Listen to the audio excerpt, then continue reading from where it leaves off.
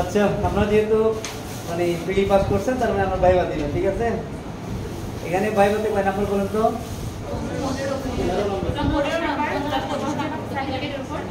15 হচ্ছে ভাইবা। তো সার্টিফিকেট যার যত ভারী সে তত ভারী নাম্বার পাবে। আর ভাইবাতে হ্যাঁ ম্যাক্সিমামের ভারী সবারই ফার্স্ট ক্লাস থাকে। তো ফার্স্ট ক্লাস পেলে একটা পয়েন্ট আসছে, সেকেন্ড ক্লাস পেলে আমাদের 1 নাম্বার কম পাবে, এরকম আর কি। তো সবচেয়ে মানে বেশি গুরুত্বপূর্ণ হচ্ছে আপনার পিলিতে ভালো করা। যার পিলিতে নাম্বার যত বেশি আসবে তার টিকার সম্ভাবনা তত বেশি হবে।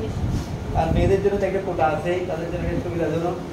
যেখানে ছেলেরা 65 পি আসবে না, সেখানে কোনো মেয়ে 55 পি আসবে। প্রশ্ন ফাঁস হচ্ছে এখন 55 আসতে পারে,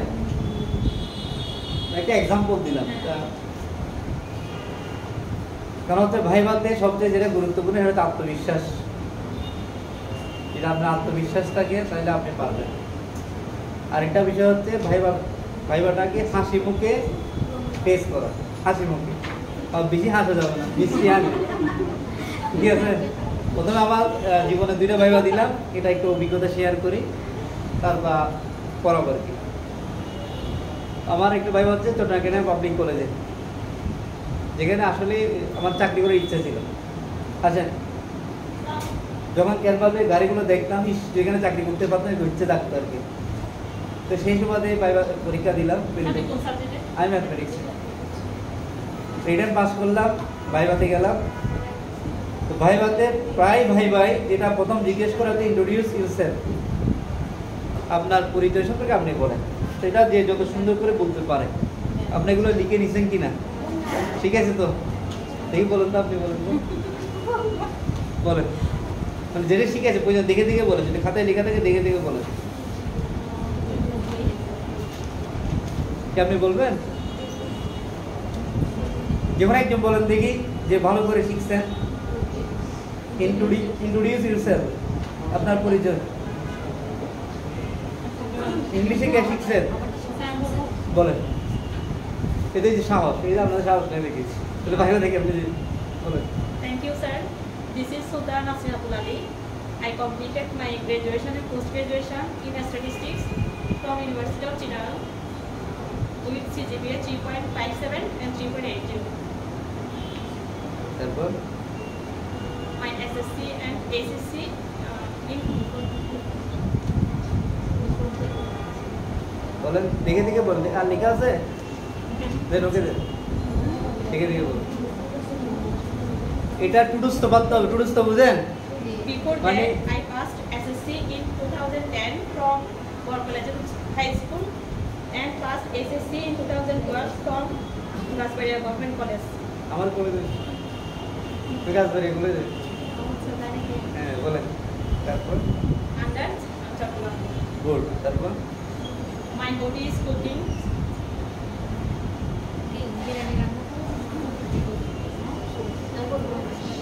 বলেন। ওর পরেরটা বলবেন, এই যেটুকু বলছেন পরে, মানে হচ্ছে আপনার পড়ালেখা শেষ এখন এর পরে বলবেন। না না, পড়ালেখা থেকে বলেন পরে।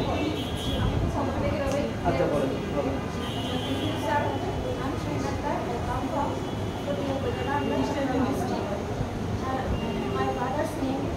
বসেন।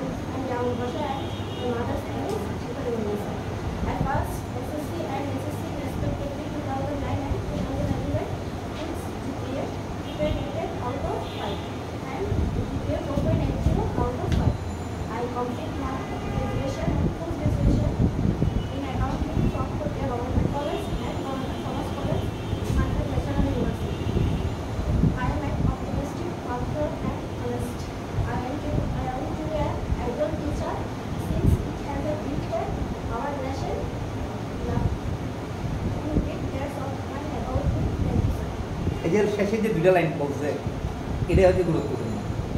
মানে এগুলো কারো কাছ থেকে আসতে গেলে দেখতে যাবে। শেষে 2টা লাইন বলছে, বলবেন শেষের দিকে, বলেন শেষের দিকে। I am a hardworking, self-motivated person, and I have a strong communication skill. My short-term goal is to get a primary job, and my long-term job goal is to be an ideal teacher. এই কয়েকটা line যদি সেটার দিকে বলতে পারেন, যে আর হবিস নিয়ে বলতে পারেন, তবে কুকিং বলার দরকার নেই, ঠিক আছে? আপনি ট্রাভেলিং বলতে পারেন, রিডিং বলতে পারেন। প্রশ্ন করবে দেখে ওরকম স্যার শিখিয়ে সমস্যা দিয়েছেন নেই। আমাদের কুকিং বলার জন্য। আমি কুকিং রান্না করতে দিয়ে দিলাম আপনাকে তো। কোশ্চেন থেকে দিতে হবে এটা বলছি। আচ্ছা, তাহলে আমার ভাইবার এটা এখান থেকে কিন্তু শিকার আছে, ভাইবাগুলো শেয়ার করি। মানে আপনি যদি ভাইবাগুলোকে খুশি করতে পারেন, আপনার চাকরি মানে নাম্বার বেশি পাবেন আর কি।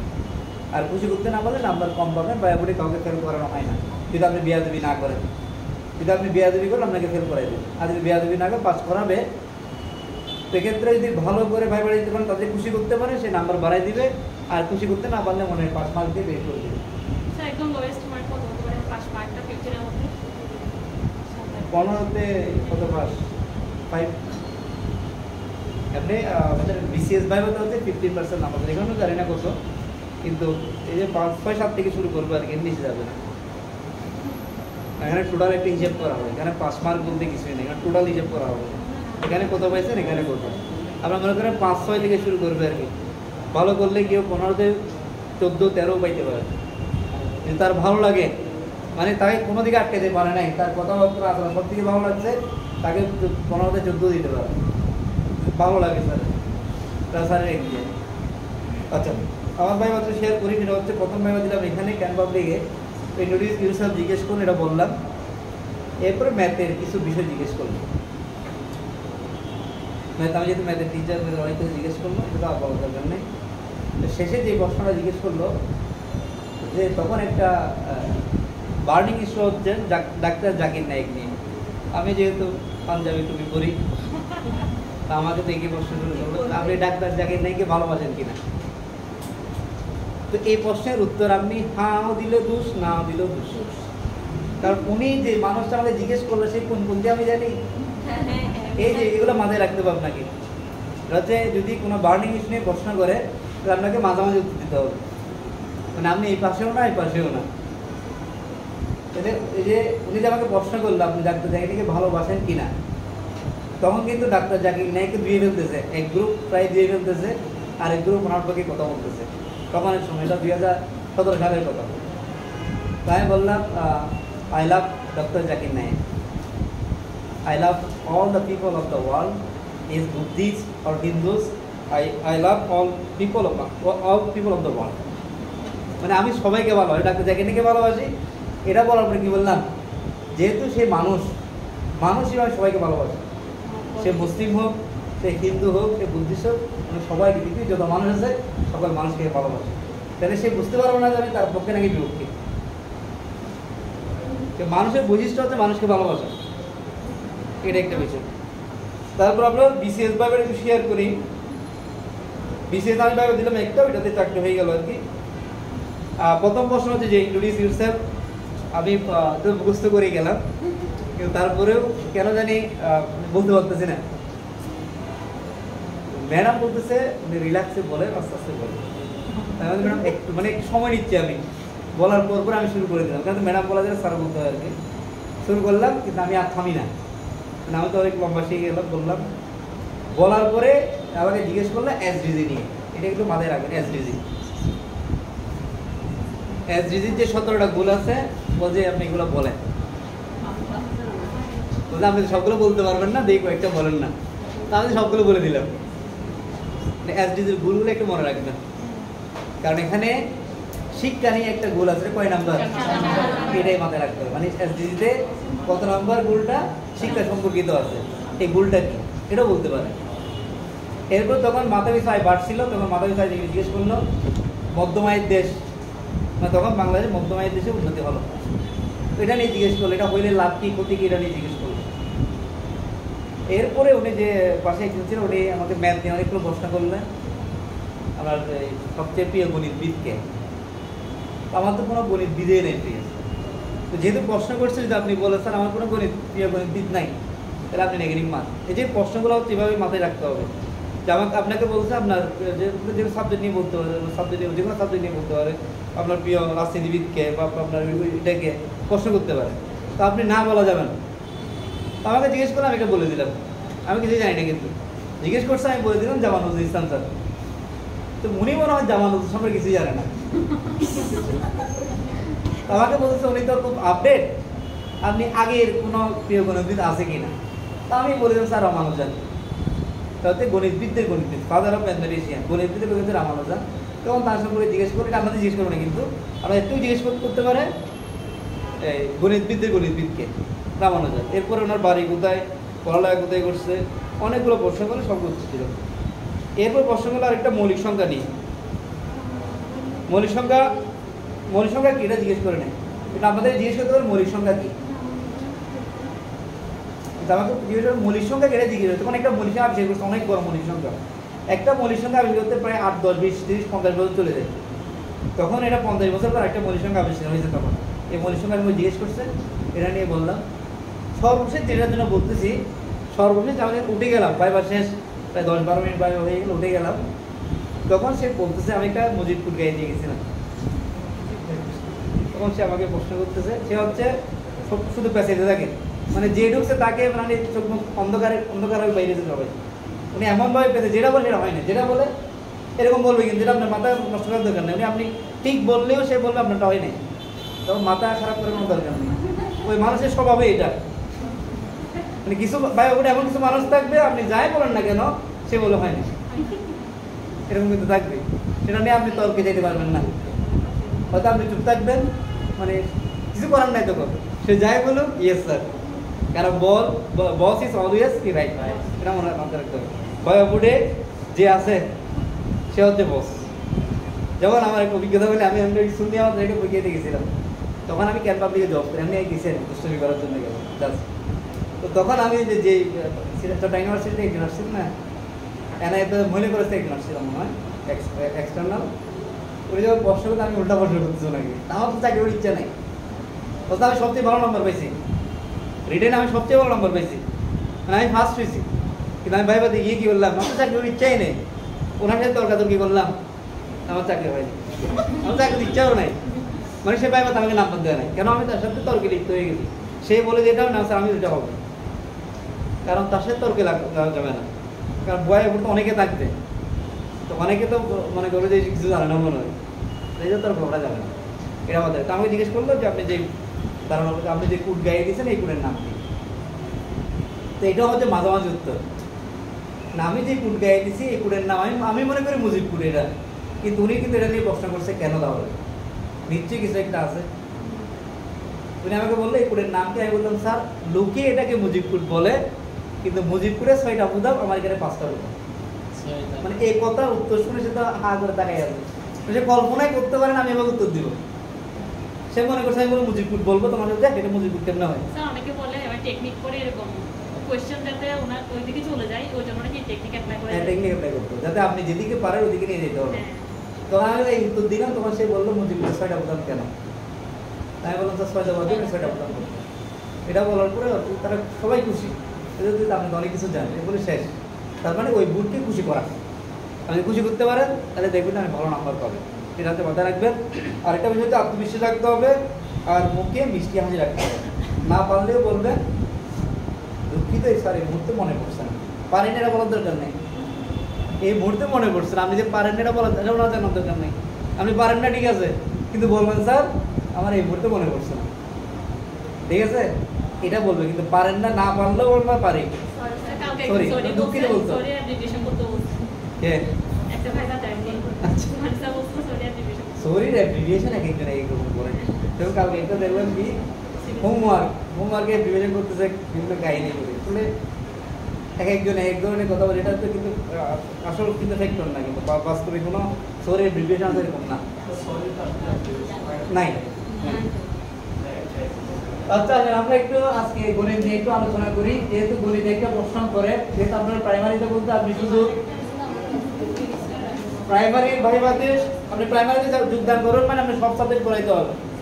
আচ্ছা গণিতে যেহেতু একটু প্রশ্ন করে, আমরা গণিতের মৌলিক বিষয়গুলো একটু জানবো, মৌলিক যে বিষয়গুলো দরকার এই বিষয়গুলো জানবো। যেমন মনে করেন আপনাকে প্রশ্ন করতে পারে ক্লাস 5 এ গণিত বইয়ে কয়টি অঙ্ক আছে, ক্লাস 5 এ গণিত বইয়ে কয়টি অঙ্ক আছে দেখি বলুন। হ্যাঁ বলেন তো, আপনি বলেন তো কয়টি অঙ্ক আছে। 10টি অঙ্ক আছে, সকল গণিত বইয়ে কয় অঙ্ক আছে? 10টি অঙ্ক আছে। 0 থেকে 9 পর্যন্ত যে প্রতীক, এগুলোতে একটা প্রতীক বা চিহ্ন, এগুলোকে বলা হয় কি অঙ্ক। ঠিক আছে? তাহলে অঙ্কটা কি একটু জানবেন। অঙ্ক কাকে বলে? যে সকল চিহ্ন বা প্রতীকের সাহায্যে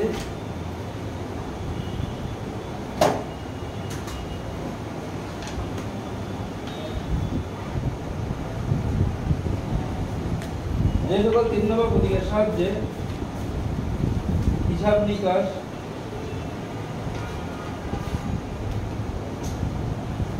চোখে অনেকগুলো ময়লা পড়ছে, ময়লাগুলো আবার চোখ করতে হয়। হিসাব নিকাশ গণনার কাজ করা হয়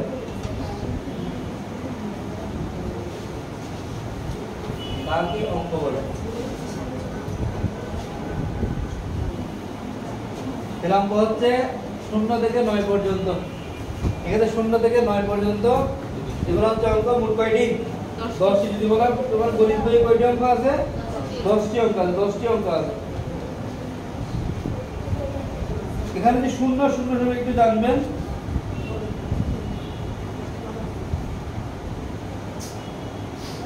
শূন্য সম্পর্কে প্রথম ধারণা দেন আর্যভট্ট। আর শূন্যের আবিষ্কার হচ্ছে ব্রহ্মগুপ্ত।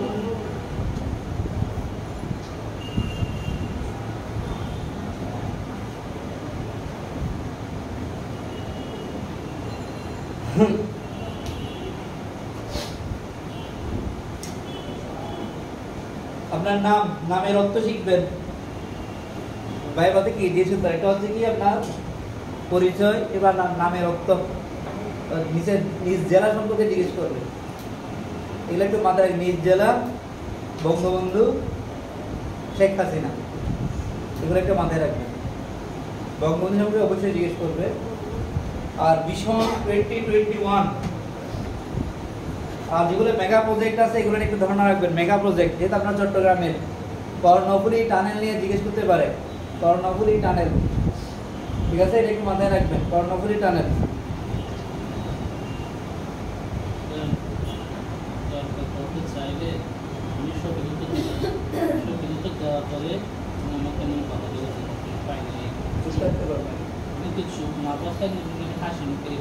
হাসি মুখে চুপ থাকতে হবে। হাসি মানে অপরাধী না, মানে মিসলি হাসি। রিল্যাক্স থাকবেন আপনি। আপনি তো রাইট আপনি তর্কে যাবেন না। আপনি রাইট, আপনি নিয়ে যান। আপনি রাইট, আপনাকে বাড়ানোর জন্য এটা করতে পারেন। আপনি নার্ভাস হচ্ছিলেন এটা? হ্যাঁ, এটা বের করতে হবে। হ্যাঁ,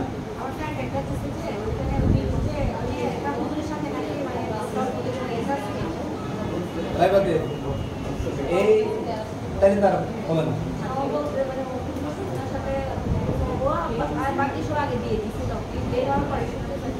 তার মানে সে উত্তপ্ত করে আসছে, পরেগুলোর ব্যবহার করবে না ভাই। ওরা হচ্ছে কেউ যদি বোর্ড মেম্বারকে উত্তপ্ত করে দেয়, পরের জন্য এটা কাজ শুরু করবে, তার প্রভাব করবে।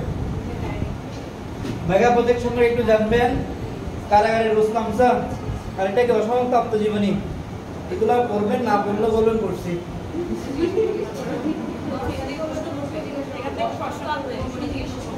স্যার এখন মনে করছেন সহজ উত্তর থেকে আমি পড়ছি না, ঠিক আছে, পড়েন না, এটা তো বড় অপরাধ।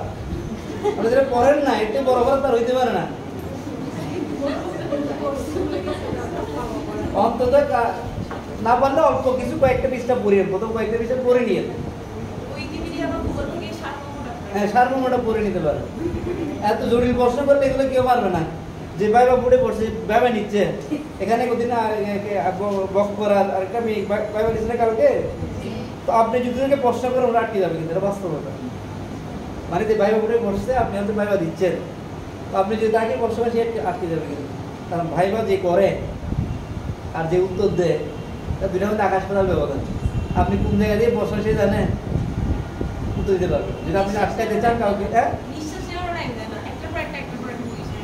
এটা তো করবে স্বাভাবিক। ক্যাম্প পাবলিক আমার যেটা করছে একটা যে ডেমো ক্লাস হয়েছে না, ডেমো ক্লাসে প্রায় 60-70 জন টিচার ছিল, এখানে আরেকটা ভাইবা, মানে একটা উত্তর দেওয়ার আগে আরেকটা উত্তর, তখন আমার মাথা ঠান্ডা রাখতে হবে। আমার আগে 2 জন ডেমো দিচ্ছে, তাদের কেন হয় নাই, মানে উত্তর দিয়ে দিয়েছে, তাদের মাথায় আর কাজ করতেছে না, উল্টাপাল্টা উত্তর দিয়ে দিয়েছে।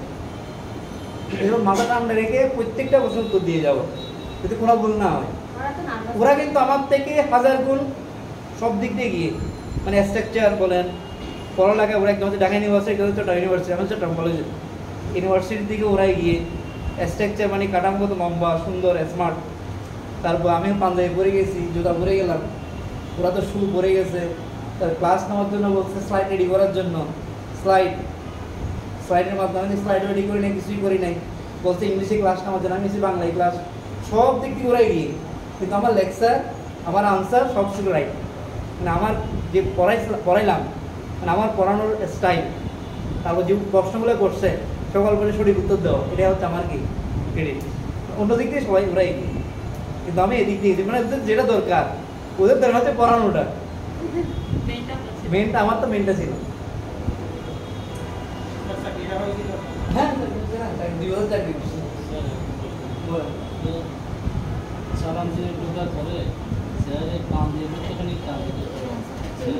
সব সময় তো ডান দিকে, কিন্তু চেয়ারটা যদি মনে করেন এই আমাদের ইসলাম ধর্মের কালচার কিন্তু বলে গেলে ইসলাম ধর্মের নীতি, রাস্তার ডানে চলা সুন্নাত, এটা মনে রাখবেন, রাস্তার ডানে চলাতে সুন্নাত। কিন্তু যদি কোনো রাস্তায় বামে ছায়া থাকে, গাছের ছায়া, তাহলে বামে চলাটা সুন্নাত। ঠিক করে আপনার হচ্ছে বসে ডানে বসাটা হচ্ছে ভালো, এটা হচ্ছে রাইট, কিন্তু চেয়ারটা এমনভাবে বসানো আছে আপনি বাম থেকে বসতে হবে, এটাও রাইট।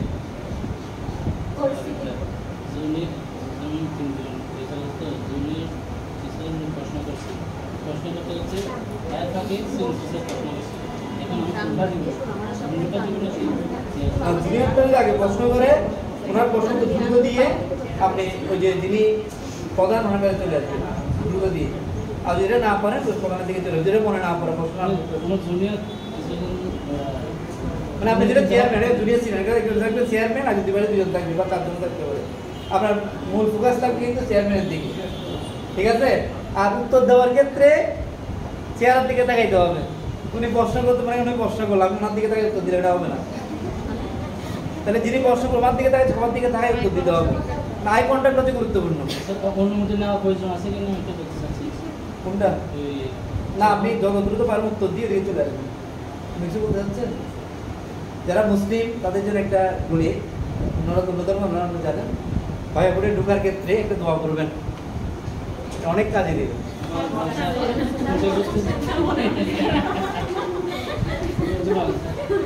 এটা তো সবাই জানে, এটা 3 বার করবেন, এটা 3 বার করবেন।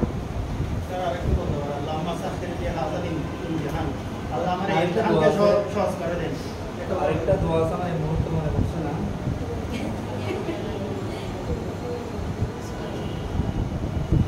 আরেকটা আছে যে ওই এটা দরশরী স্যার এটা বললো আর কিছু দরকার হয় যে নেগোসিয়েশন করা হয়, এটা আল্লাহুম্মা সাল্লি আলা সাইয়্যিদিনা মুহাম্মাদিন ওয়া আলা সাইয়্যিদিনা মুহাম্মাদিন মা দানিল জুদি ওয়াল কারাম মান বাইনিল ইলমি ওয়াল হিলমি ওয়াল হিকামি ওয়া বারিক ওয়াসাল্লাম। এটা দুটোরে পারবে না, এটা সহজ কথা আয়াতুল কুরসি করবেন, এটা বুকে ফু দিবেন, আর 3 বার সবই ইয়ালা এটা পরে ঢুকে যাবে। আর ঢুকার সময় যে এটা তো শিখাইছি, তারপর বলতেছি প্রথমে দরজা একটু করে স্যার আসতে পারি, এরপরে সালাম দেওয়া। আমাদের কিন্তু ইসলামে তো আগে সালাম করে কালাম, কিন্তু সালাম আগে, কিন্তু এটা ভাই যেটা নিয়ম সেটা ইসলাম বলতে ডানে চলার জন্য, আমাদের গাড়ি চলার ফলে বামে, যেটা প্রচলন সেটা করতে হবে। তো প্রথমে একটু দরজা ফাঁক করে স্যার আসতে পারি, একটু সামনে গিয়ে সালাম দেওয়া, এরপর ওনার বসতে বললে বসা, না বললে দাঁড়ায় থাকা, যদি বসতে না বলে একটু করে অনুমতি নেওয়া। মনে করেন আপনি দাঁড়াই থাকবেন না, মানে ওনার আপনি গিয়ে দাঁড়াইছেন, ওনার বসতে বলে নেই, হয়তো 30 সেকেন্ড অপেক্ষা করবেন, এরপর আমি দিয়ে স্যার বসতে পারি।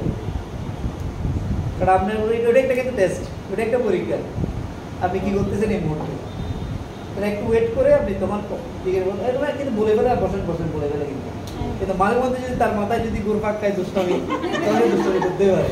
ঠিক আছে? আচ্ছা আসেন, তাহলে অঙ্ক সম্পর্কে জানা একটু সংখ্যা নিয়ে এখানে সংখ্যা। এক বা একাধিক অঙ্ক দ্বারা সংখ্যা গঠিত হয়, একটু লিখেন। এক বা একাধিক অঙ্ক দ্বারা একটা প্রশ্ন ছিল, শূন্য যদি কোনো মানে তুমি যদি বাচ্চাদেরকে শূন্য সম্পর্কে বলতে চাও তাহলে কিভাবে বলবে? শূন্য সম্পর্কে বোঝাতে চাই এটা। কি বোঝাবেন বলে? ওটা হচ্ছে শূন্য সম্পর্কে ধারণা দিতে বলে আর কি বাচ্চাদেরকে। বুট ছাড়া আপনিকে জাস্ট মুখে বলে কিভাবে ধারণা দিবে এটা। বাচ্চাদেরকে শূন্য সম্পর্কে ধারণা দেন কিভাবে দিবে? একটু জটিল প্রশ্ন। এটা একটা ভাইরাল এখানে ভাইগে ইউজ এটাতে যে প্রশ্নগুলো সেগুলো আনা বলে। কিভাবে বোঝাবে কিভাবে ধারণা দিবে। বাচ্চাদেরকে ইচ্ছে করেন 5টা পেন্সিল নিয়ে নিলাম, তাহলে তোমাদের পেন্সিলগুলো দাও। ঠিক আছে, তোমার কাছে 5টা পেন্সিল আছে, আমি একটা নিয়ে নিলাম, কয়টা আছে? বলো 4টা। এর উপর করে আমি একটা নিলাম, কয়টা? 3টা। একটা নিলাম, কয়টা? 2টা। একটা নিলাম, কয়টা? যখন আমি লাস্টটা নিয়ে নিব, এখন আমার হাতে কি আছে? মানে কিছু নাই। এই কিছু নাইটাই হচ্ছে শূন্য। যখন কিছু থাকে না তখন শূন্য। আচ্ছা, এটার পর উত্তর একটু পরে দিচ্ছি। সংখ্যা লিখেন, এক বা একাধিক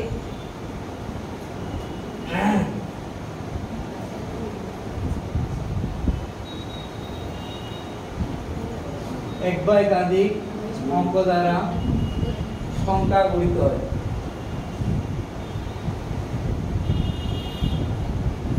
এক বা একাধিক অঙ্ক দ্বারা সংখ্যা গঠিত হয়। স্যার মুখে বলেন, কষ্ট করে লিখতে হবে। বুঝতে হবে না? ডাস্টারটা কোথায়? ডাস্টার আছে কিনা আশেপাশে? স্যার বলেন কি করবো?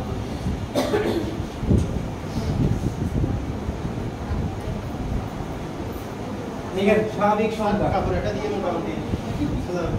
স্বাভাবিক সংখ্যা, এগুলা প্রশ্ন করতে পারে। স্বাভাবিক সংখ্যা, কাপড়টা দিয়ে। স্বাভাবিক সংখ্যা লিখেন, সকল ধনাত্মক অখণ্ড সংখ্যাকে স্বাভাবিক সংখ্যা বলে। সকল ধনাত্মক অখণ্ড সংখ্যাকে, সকল ধনাত্মক অখণ্ড সংখ্যাকে, অখণ্ড মানে খণ্ডিত নয়,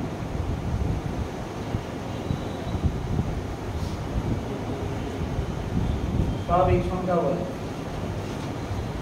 তার মানে যে 1 2 3 4 এগুলো হচ্ছে স্বাভাবিক সংখ্যা। ঠিক আছে, 1 2 3 4 বাদ করে সামনের দিকে যত আছে সেগুলো স্বাভাবিক সংখ্যা। পূর্ণ সংখ্যা, শূন্য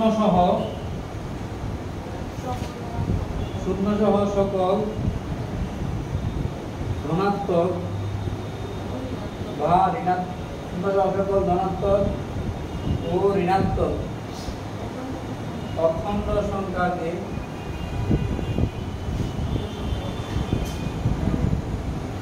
পূর্ণ সংখ্যা বলে।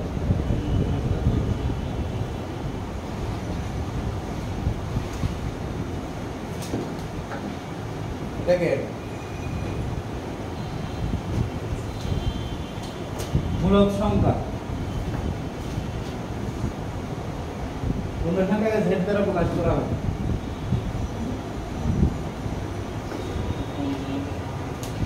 লাগবে না, মূলদ সংখ্যা যে সকল সংখ্যাকে p বাই q আকারে প্রকাশ করা যায়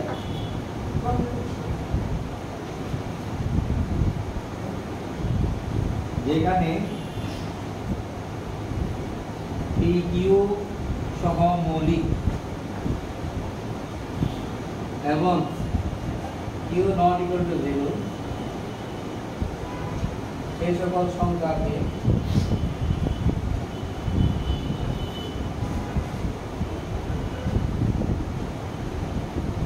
মূলদ সংখ্যা বলে।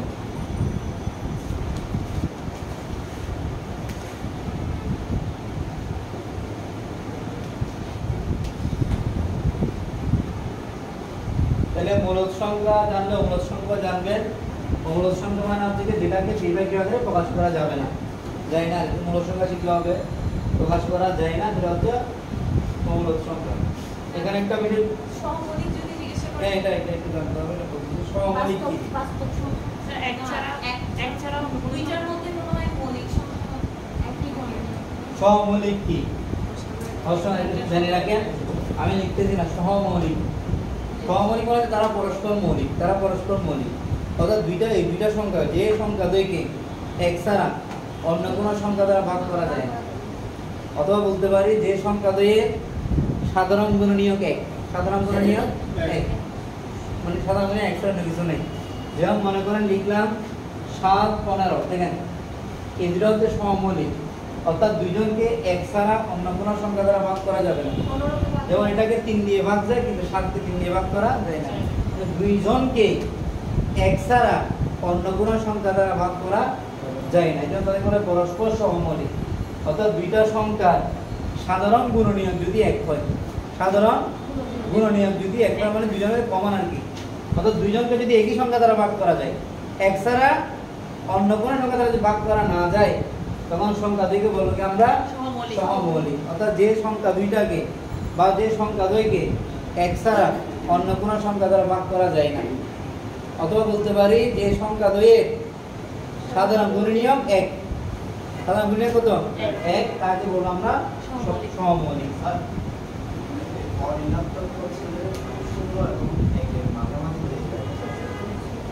না না, ঋণাত্মক মানে শূন্য হবে ধনাত্মক গুলা, মানে যেহেতু আমরা ধনাত্মক আর ঋণাত্মক, ধনাত্মক মানে প্লাস, ঋণাত্মক মানে মাইনাস, তো শূন্য একটা আছে না? হ্যাঁ, ধনাত্মক হচ্ছে এক থেকে শুরু করে, শূন্য ধনাত্মক না ঋণাত্মক না। যদি প্রশ্ন করে স্যার শূন্য কি ধরনের সংখ্যা, কি বলবো? হ্যাঁ শূন্য কি ধরনের সংখ্যা? না, নিরপেক্ষ বলা, শূন্য হচ্ছে অঋণাত্মক সংখ্যা, অঋণাত্মক সংখ্যা। যেমন আমি যেগুলো জিনিসগুলো বলবো একটু করে, যেমন মনে করেন এক মৌলিক সংখ্যা নয় কেন? এক কি ধরনের সংখ্যা? হ্যাঁ, একের একটা বলতে পারবো। তাহলে আসলে মূলত সংখ্যা শিখলাম আমরা, যে সংখ্যাকে p/q আকারে প্রকাশ করা যায়, যেখানে p/q হচ্ছে সহমৌলিক, p/q কি সহমৌলিক, কারণ p নট ইকুয়াল টু 0 সেই সকল সংখ্যাকে মূলত সংখ্যা বলে। শূন্য হচ্ছে ঋণাত্মক সংখ্যা। এরকম সংখ্যা তো বলবে না মানে স্যার, কারণ এটা তো একটা যদি বলে যে স্যার অঙ্ক এক প্রকার সংখ্যা, অঙ্ক এক প্রকার কি সংখ্যা। শূন্য হচ্ছে ঋণাত্মক সংখ্যা। যদি বলে অঋণাত্মক মানে কি? ঋণাত্মক মানে যেটা ঋণাত্মক নয়, ধনাত্মক নয়, এটা বলতে পারবো না। ঋণাত্মক মানে যেটা ঋণাত্মক নয়, অর্থাৎ ধনাত্মক হতে পারে, শূন্য হতে পারে, নিরপেক্ষ বলা যাবে। শূন্য কেন নিরপেক্ষ বলা যাবে? এক হচ্ছে পরবর্তী বাস্তব সংখ্যা লাগবে। আচ্ছা, বাস্তব সংখ্যা একটু ভালো কথা বলতে, বাস্তব সংখ্যা সহজ যে সংখ্যা, এটা হচ্ছে যে সংখ্যাকে বড় করলে ধনাত্মক আসে, যে সংখ্যাকে বড় করলে ধনাত্মক আসে তাকে বলা হয় বাস্তব সংখ্যা। যেমন মনে করেন লিখলাম মাইনাস, যেমন √2, এটাকে বড় করলে কি আসবে? 2 আসবে। মনে করেন লিখলাম -2, কত আসবে? 4 আসবে। অর্থাৎ যে সকল সংখ্যাকে বর্গ করলে ধনাত্মক সংখ্যা পাওয়া যায়, সেই সকল সংখ্যাকে বলবো আমরা বাস্তব সংখ্যা। এটা হচ্ছে সহজ সংখ্যা। যে সকল সংখ্যাকে বর্গ করলে ধনাত্মক সংখ্যা পাওয়া যায়, সেই সকল সংখ্যাকে বলা হয় বাস্তব সংখ্যা।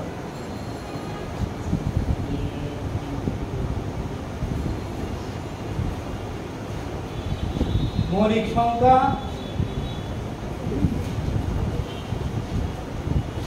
মৌলিক সংখ্যা একটু লিখেন, এক থেকে বড়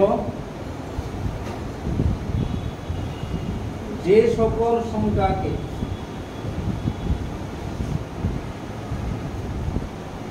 এক থেকে বড় যে সকল সংখ্যাকে এক এবং ওই সংখ্যা ব্যতীত বা ছাড়া অন্য কোনো সংখ্যা দ্বারা নিশ্চয়ই বিভাজ্য করা যায় না। যে এক থেকে বড় যে সকল সংখ্যাকে এক এবং ওই সংখ্যা ব্যতীত অন্য কোনো সংখ্যা দ্বারা নিঃশেষে বিভাজ্য করা যায় না।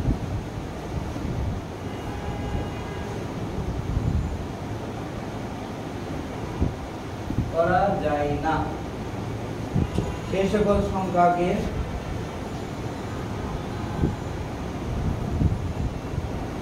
মৌলিক সংখ্যা বলে।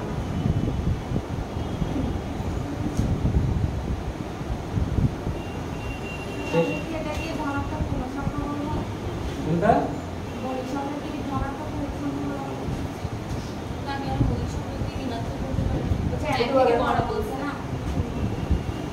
স্যার, ধনাত্মক পূর্ণ সংখ্যা ধনাত্মক পূর্ণ সংখ্যা হতে পারে 4 ও আসবে না। 4 আসবে, স্যার, 6 আমাকে এবার বলে আমাদের 2 আছে 3 আছে ধনাত্মক পূর্ণ সংখ্যা বলে বলতে পারবো। কে? মৌলিক সংখ্যা কি? হ্যাঁ তো আমি আমার চার্জ করতে তাহলে কি ঋণাত্মক হবে কিনা? স্যার বলছে ঋণাত্মক হবে না, ধনাত্মক কিছু হবে এবং পূর্ণ সংখ্যা হবে। পূর্ণ সংখ্যা হবে। ঠিক আছে, এক থেকে বড় যে সকল সংখ্যাকে এক এবং নয় সংখ্যা ব্যতীত অন্য কোনো সংখ্যা দ্বারা নিশ্চয়ই বিভাজ্য করা যায় না সেই সকল সংখ্যাকে মৌলিক সংখ্যা বলে। -2 বা -3, তো মাইনাসটা বাদ দিয়ে আপনি 3টা হিসাব করবেন। 3টা কি মৌলিক সংখ্যা, 3টা কি মৌলিক সংখ্যা। ধর আমরা -3 মৌলিক না যৌগিক, 3 হচ্ছে মৌলিক সংখ্যা, -3 হিসাব করে আমার দরকার নেই। ঠিক আছে, অর্থাৎ যেহেতু এক থেকে বড় বলছি, ধনাত্মক যে সব সংখ্যাগুলো আছে মানে এক থেকে বড় বললাম না, তাহলে এক থেকে বড় বলতে বলছে 2 থেকে শুরু করে আর কি, 2 থেকে শুরু করে, কথা বুঝছেন? অর্থাৎ ধনাত্মক যে সংখ্যাগুলো আছে এগুলো হচ্ছে মৌলিক সংখ্যা, যাদেরকে এক ছাড়া এক এবং ওই সংখ্যা দ্বারা অন্য কোনো সংখ্যা দ্বারা ভাগ করা যাবে না। স্যার, এখন আপনি যেটা বললেন -3, এটা কি মৌলিক? না না, -3 মৌলিক সংখ্যা না, মানে 3টা মৌলিক সংখ্যা। মাইনাসটা হচ্ছে একটা ঋণাত্মক সংখ্যা, মাইনাস হচ্ছে ঋণাত্মক সংখ্যা, কিন্তু আমি মাইনাস বাদ দিলে 3টা কি সংখ্যা হবে? তখন মৌলিক সংখ্যা হবে, মৌলিক সংখ্যা সবসময় ধনাত্মক। ধনাত্মক হবে। পূর্ণ সংখ্যা হবে। হ্যাঁ? ধনাত্মক এবং পূর্ণ সংখ্যা। পূর্ণ সংখ্যা না না, আমি করে দিচ্ছি না, তাড়াতাড়ি করবেন, তাড়াতাড়ি করবেন, এরকমও না, এটা বলতে কি অসুবিধা হবে? অসুবিধা হবে না। কারণ এটা আমি ছবি জমা দিয়েছিলাম তো স্যার। ছবি দিলে সমস্যা নেই। তবে আপনাদের ক্ষেত্রে যদি একটু গরম করা যায় না, যদি কেউ কুট করে যায়, আপনি বঙ্গবন্ধু কুটটা ভরে দিতে পারেন, মুজিব কুটটা ভরে দিতে পারেন। সাদা সাদা পাঞ্জাবি, সাদা পায়জামা, তারপর শু করতে হবে, শু আলো শু করতে হবে। আচ্ছা আসেন এবার, এক মৌলিক সংখ্যাও নয়, যৌগিক সংখ্যাও নয়, তাহলে এক কি সংখ্যা? কোন একটা মৌলিক সংখ্যা হওয়ার জন্য শর্ত হচ্ছে 2, 3, 4, 5 লিখলাম, দেখেন 5 না লিখলাম মনে করেন 6, 2 কে 1 দিয়ে ভাগ দেয়, 2 দিয়ে ভাগ দেয়, 3 কে 1 দিয়ে দেয়, 3 দিয়ে দেয়, 4 কে 1, 2, 4 দিয়ে ভাগ দেয়, 6 কে 1, 2, 3, 6 দিয়ে ভাগ দেয়। তাহলে এখানে একটা আমরা শিখবো গুণনীয়ক। কি শিখবো? গুণনীয়ক। আর হচ্ছে গুণিত,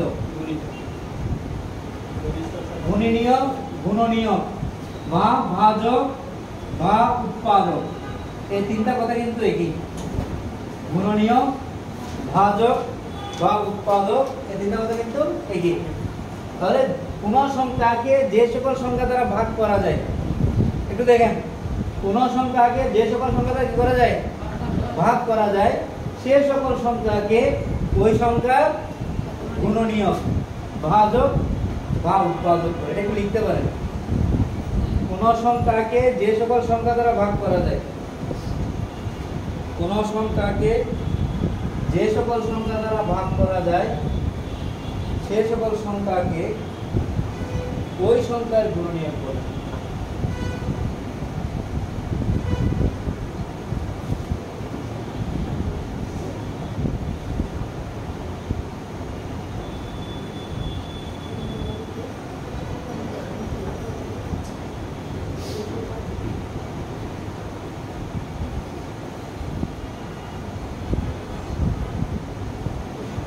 ঠিক আছে, কোন সংখ্যাকে যে সকল সংখ্যা দ্বারা ভাগ করা যায় বা বিভাজ্য করা যায়, সেই সকল সংখ্যাকে ওই সংখ্যার গুণনীয়ক বলে।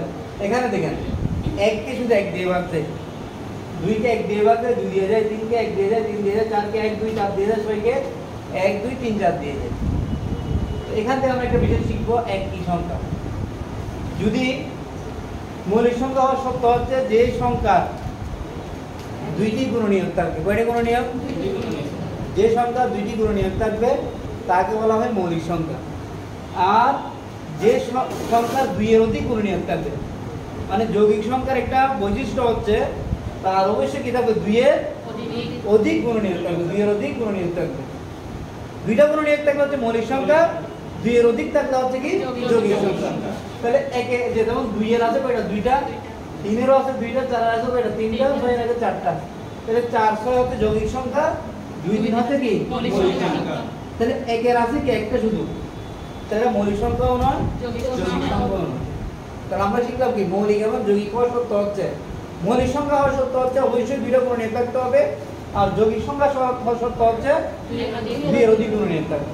তাহলে এক কি সংখ্যা, এটা যদি জিজ্ঞেস করে আপনি উত্তর দিবেন না। আপনি এগুলো জানেন নাকি? আপনি বলবেন এক পিথাগোরাস বলছেন 1 হচ্ছে ঈশ্বর সংখ্যা। পিথাগোরাস বলছেন 1 হচ্ছে ঈশ্বর সংখ্যা। পিথাগোরাস মনে করতে 1 মানে হচ্ছে ঈশ্বর। এটাই উত্তর হচ্ছে এটাই। 1 হচ্ছে কি? ঈশ্বর সংখ্যা। আপনি বলবেন না এটা কে বলছে? পিথাগোরাস বলছেন 1 হচ্ছে ঈশ্বর সংখ্যা।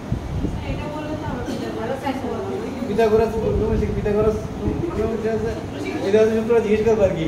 বুঝলেন কে সব মেসকে বা মেসকে বলবেন তারও ভালো এটা শিখে যাবেন। পিথাগোরাস আপনি কি মনে করেন? আমরা মনে করে কি দরকার? যদি জিজ্ঞেস করে জিজ্ঞেস করবেন। আমি কিছু মনে করি না। আমি মনে করি পিথাগোরাসের কথাই সঠিক। হ্যাঁ, আমি কি মনে করি? আমরা মনে করি পিথাগোরাস সঠিক। পিথাগোরাসের উপর আমরা সঠিকের প্রমাণ দেখা। কোনটা মনে হয়? সেরকম বলে আমি গণিত বিরোধ প্রাইমারিতে চাকরি করতে আসতাম না। 1 হচ্ছে ঈশ্বর সংখ্যা। পিথাগোরাস যদি বলতে ইচ্ছা না করে আপনি বলেছেন 1 হচ্ছে ঈশ্বর সংখ্যা, কিন্তু পিথাগোরাস দিয়ে বললে ভালো হবে, কারণ তখন আপনার উপর দায় পড়তে হবে না, তখন আপনাকে অন্য প্রশ্ন করতে পারে। গুণিতক। গুণিতক হচ্ছে গুণিতক পর্যায়ক্রমে গুণ করে যাওয়া, মানে কোন একটা সংখ্যা যদি আমি গুণ করতে থাকি তার গুণিতক পাওয়া যাবে। আমার যদি আপনাকে বলে, আপনাকে বলতেছি, যদি আপনাকে বলে 5-এর কয়টি গুণিতক আছে? অসংখ্য গুণিতক আছে। 5-এর কয়টি গুণিতক আছে? অসংখ্য গুণিতক আছে। এইটাই মাথায় রাখতে হবে, অসংখ্য। কারণ গুণিতক তো যেতেই থাকবে, জীবন শেষ হবে? গুণ করলে কি জীবন শেষ হয় সংখ্যার? কোনো শেষ নেই। এবার আসেন প্রকৃত ভগ্নাংশ, অপ্রকৃত ভগ্নাংশ। এই কিন্তু মাথায় রাখবেন, কোন ধরনের প্রশ্ন হচ্ছে একটু জিজ্ঞেস করবেন, মাথায় তোমার সবগুলো নাই, জিজ্ঞেস করবেন। প্রকৃত ভগ্নাংশ, অপ্রকৃত ভগ্নাংশ।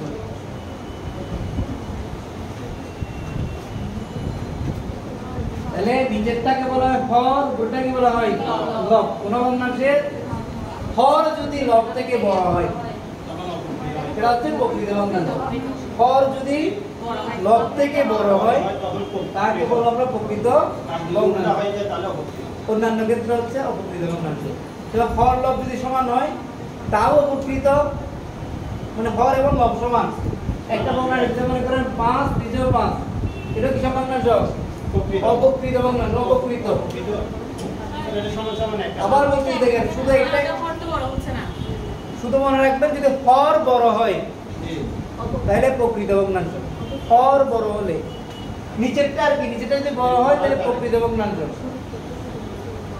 হর বড় হলে প্রকৃত ভগ্নাংশ, লব বড় হলে বা হর লব যদি সমান হয় অপ্রকৃত ভগ্নাংশ। যেমন প্রকৃত ভগ্নাংশ এখানে মনে করেন 5/12, নিচেরটা বড় তাহলে প্রকৃত ভগ্নাংশ।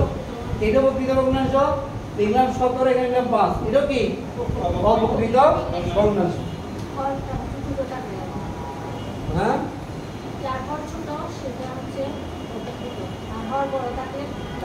একটা হর বড় হলে প্রকৃত ভগ্নাংশ, হর ছোট হোক বা সমান হোক অপ্রকৃত। সমান হইলে বুঝলাম।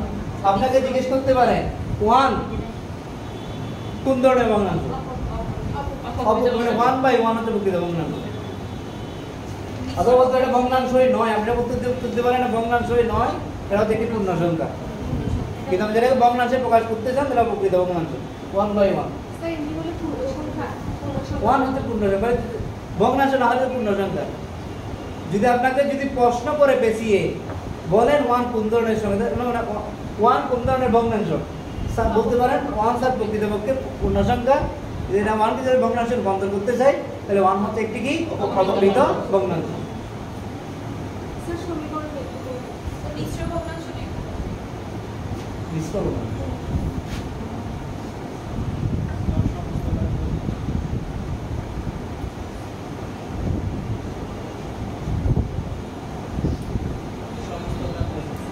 সতেরো ভাগের 5, এটা যদি আমি ভাগ করি পাচ্ছি কত 3 সমস্ত 5 ভাগের 2। অর্থাৎ কোন একটা অবকৃত ভগ্নাংশ যদি আমি একটু ভেঙে লিখি তাহলে যে ভগ্নাংশ পাবো সেটাকে বলবো আমরা মিশ্র ভগ্নাংশ। একটু সমস্যা থাকবে আরেকটা ভগ্নাংশ একটা পূর্ণ সংখ্যা থাকবে মানে আমরা কি বলতে পারি যে অপ্রকৃত ভগ্নাংশকে ভাগলে যেটা পাওয়া যায় পাওয়া যায় হচ্ছে কি মিশ্র ভগ্নাংশ। তো মিশ্র ভগ্নাংশের আগে একটা বন্ধ আমি যদি অবকৃত ভগ্নাংশ প্রকৃত করতে যাই, এটা প্রকৃত হয়ে গেল কিন্তু ভগ্নাংশ, তার আগে একটা পূর্ণ সংখ্যা চলে আসে।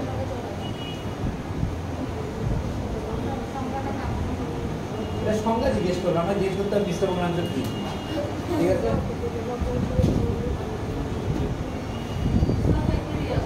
ফ্যাক্টরিয়াল কি করবেন আপনি? কি বলে? অনেক গণিত রেস্টুরেন্টে জিজ্ঞেস করছে আর কি। ফ্যাক্টরিয়াল মানে হচ্ছে আসতে পারে যে আপনার পৌনঃপুনিক কি, এটা জিজ্ঞেস করতে পারে পৌনঃপুনিক কি। আর কি ফ্যাক্টরিয়াল বললেন না? ফ্যাক্টরিয়াল হচ্ছে পর্যায়ক্রমে গুণ করে যাও। যেমন মনে করেন 5 4 3 2 1, যে এই সংখ্যাগুলোর গুণ না করে সংক্ষেপে প্রকাশ করার জন্য একটা চিহ্নের সাহায্যে প্রকাশ করা হয়, এই চিহ্নকে ফ্যাক্টরিয়াল বলা হয়।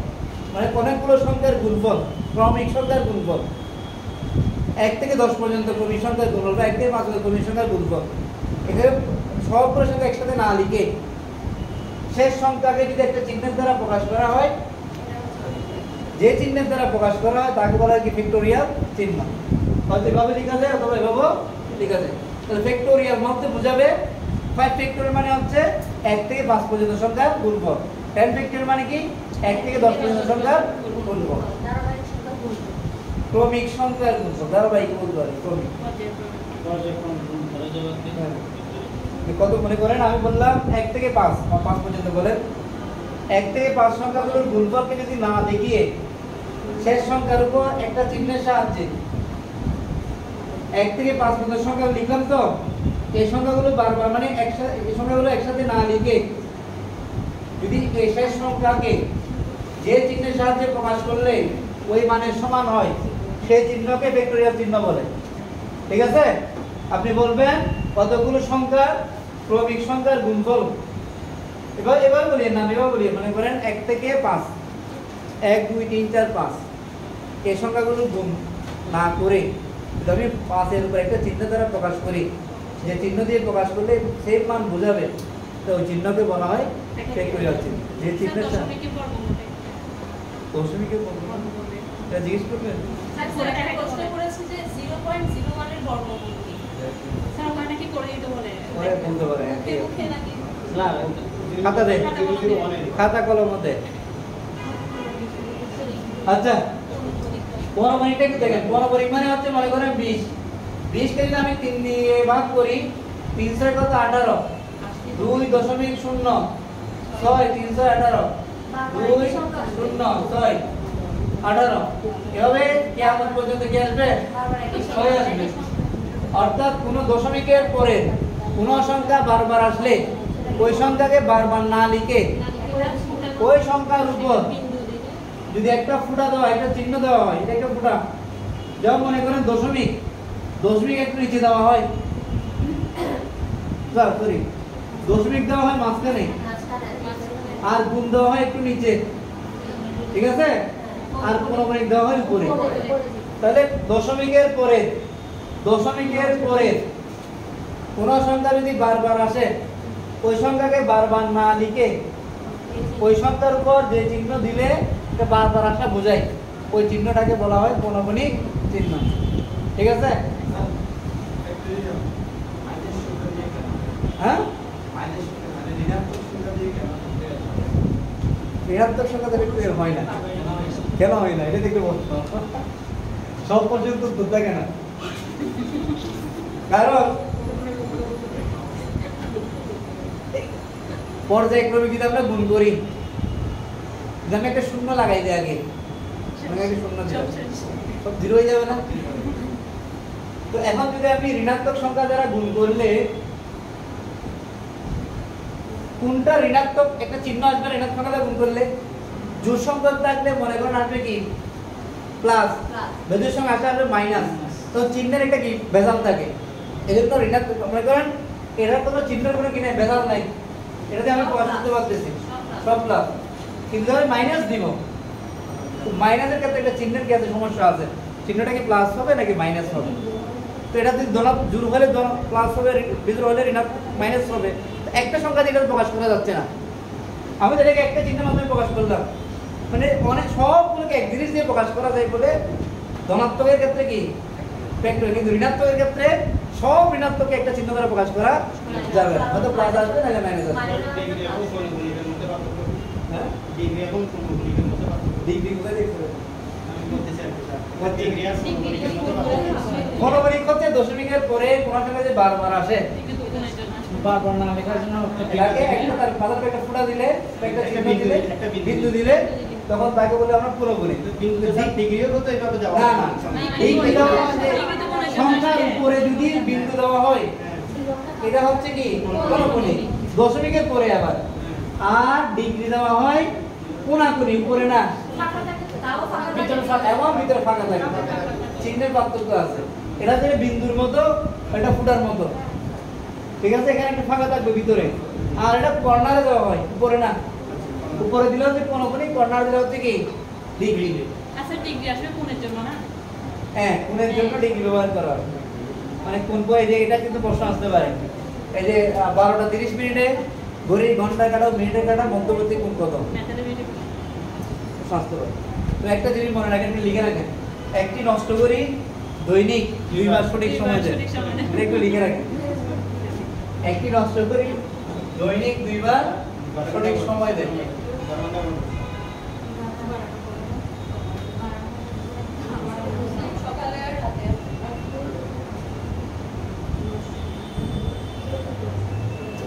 বলেন প্রশ্ন আসতে পারে এবারে, এভাবে আসতে পারে, বিকাল 6টায় ঘড়ি, মানে যখন ক্লাসে ঘড়ি দেখাইতে হবে, কিন্তু আমরা ঘড়ি দেখাইতে হবে না, বিকাল 6টায় ঘড়ির ঘন্টার কাটো মিনিটের কাটো মধ্যবর্তী কোণ কত, একটা ইজি 180 ডিগ্রি। বলতে পারে বিকাল 3টায় ঘড়ির ঘন্টা কাটো মিনিটের কাটো মধ্যবর্তী কোণ কত, 90 ডিগ্রি, ঠিক আছে, কারণ তখন তো এভাবেই থাকে, সোজা হয়ে থাকে, 3টা এভাবে থাকে, এটা 90 ডিগ্রি, 6টায় ঘন্টা কাটো এদিকে, ঘন্টা কাটো নিচের দিকে, মিনিটের কাটো এখানে, তাহলে 180 ডিগ্রিটা মাথায় রাখবেন। আচ্ছা স্যার, প্রতিটা ঘন্টার মধ্যে ওই যে তফাৎটা কত হবে তাহলে কোণে?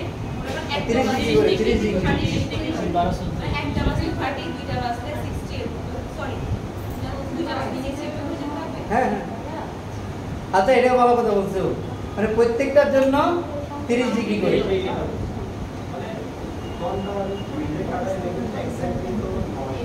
এখানে তো এক্স্যাক্টলি বের করা যায়,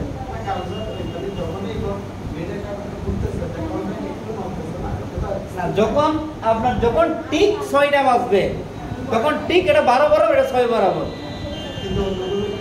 হ্যাঁ না, তখন তো সূত্র দিয়ে করতে হবে, তখন সূত্র দিয়ে করতে, তখন এটা তো আগে, এটা আগে বুঝছিলাম।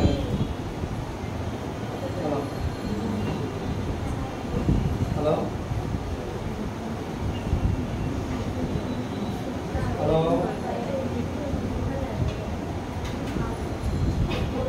মশাল সেটা বাজে গেছে। আচ্ছা দেখেন, আর কি প্রশ্ন করছেন যে দশমিকের বর্গ, হ্যাঁ সমীকরণ, আমার তো পড়াই কোনো শেষ হয় নাই, সমীকরণ দশমিকের বর্গমূল। আচ্ছা এখানে যে প্রশ্ন, এটা অবশ্যই বুঝতে রাখবেন, এটা 1 ঘন্টার জন্য 30 ডিগ্রি করে, তাহলে একটা বাজলে তাহলে 30 ডিগ্রি, দুইটা বাজলে 60 ডিগ্রি, তিনটা বাজলে 90 ডিগ্রি, চারটা বাজলে 120 ডিগ্রি, পাঁচটা বাজলে 150 ডিগ্রি, ছয়টা বাজলে 180 ডিগ্রি, সাতটা বাজলে আবার বাড়াইবার না, আবার ওদিকে চলে যাবে এটা, মানে আরো কমে যাবে আর কি। বের করতে হবে না। মানে তখন এদিকে কোনটা হিসাব করবেন আর কি, মধ্যবর্তী কোণ বলতে বোঝায় ছোটটা, বড়টা না। মধ্যবর্তী কোণ বলতে কি ছোটটা বলতে মাঝখানে দূরত্ব। যেমন আমার ওনার দূরত্ব হচ্ছে সোজাসুজি দূরত্বটা, এদিক থেকে একটা দূরত্ব পাওয়া যাবে না, ওইটা নাকি সোজাসুজি যে দূরত্ব যে সবচেয়ে কম এটা হচ্ছে দূরত্ব, মধ্যবর্তী দূরত্ব। তাই মধ্যবর্তী কোণ বলতে বোঝাবে যেটা ছোটটা। তাহলে এদিকে তাহলে এখানে কয় করে, এখানে 5 করে হিসাব করবেন আগে তখন, এখানে 12 এখানে 7 150 ডিগ্রি আছে। 5 ঘরের জন্য 1 ঘরের জন্য 30 ডিগ্রি বলেছি, 1 ঘরের জন্য কত ডিগ্রি 30 ডিগ্রি, স্যার 180 থেকে 30 বিয়োগ করলে হয়ে যাচ্ছে। তাও হয়ে যায়। আমরা পড়াচ্ছিলাম কি স্যার একটা আরেকটা প্রশ্ন করি। সিরাজ অনেক সময় প্রশ্ন করে 234 এর স্থানীয় মান কি হবে মুখে বলো, তখন কি আমরা 203.1 একক বা 4 একক এভাবে মুখে বলবো? স্থানীয় মান। না, স্থানীয় মানের পার্থক্য আছে। 234 এর স্থানীয় মান এটা হচ্ছে 4, এটা হচ্ছে 30, এটা হচ্ছে 200। দুটো স্থানীয় মান। ওটা একক 1 2.34 এর স্থানীয় কি হবে? হ্যাঁ 2.34 এর স্থানীয় কি হবে? হ্যাঁ বুঝতে পারলে 2.34 এর স্থানীয় মান এটা হবে 0.04, 0.3, এটা হবে 2 স্থানীয় মান। আরেকটা কি আছে একক দশক, এটাকে কি বলে, এটার একটা কথা আছে, এটা স্থানীয় মান, একটা স্থানীয় অবস্থান নাকি একটা বলে এটাকে।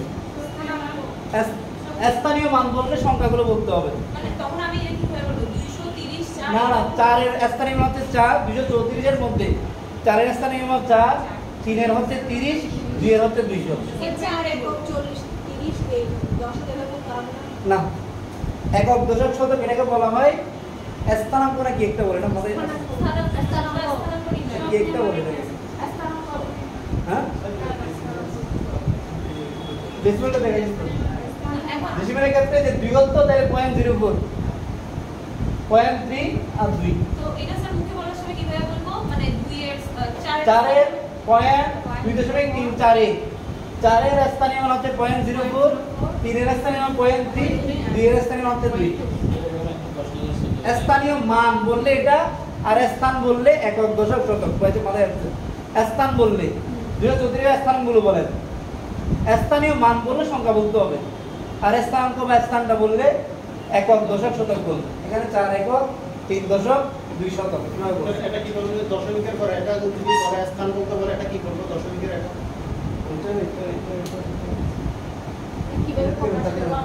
জিজ্ঞেস করো, স্থানীয় মান জিজ্ঞেস করো। একক দশক, ঠিক আছে, এটা তাহলে বলবেন 0.0 এটা দশমাংশ, এটা শতাংশ, শতাংশ। এটা হচ্ছে শতাংশ, এটা হচ্ছে দশমাংশ, এটা হচ্ছে একক, ঠিক আছে। শতাংশ গেল, আর কি আছে 0.01 এর বর্গমূল করতে এসেছে। 0.01 এর বর্গমূল। দাঁড়ান,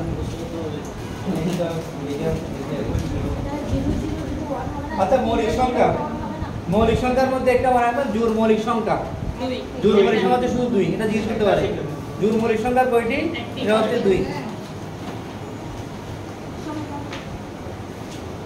বলতেছি এটা অনুপাত, অনুপাতে কি বলে, এটা অনুপাত ভগ্নাংশ, অনুপাত একটি ভগ্নাংশ।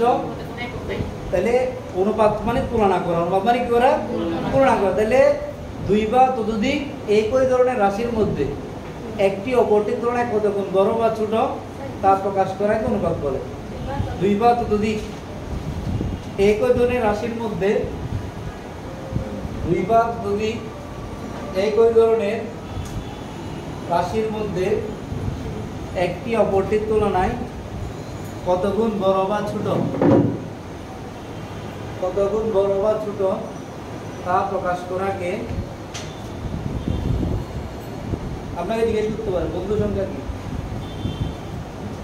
বন্ধু সংখ্যা কি তো বলছি পরিমাণ আছে। আমরা কোন সাবজেক্ট, আপনার কোন সাবজেক্ট ইংলিশ, বলেন বন্ধু সংখ্যা কি।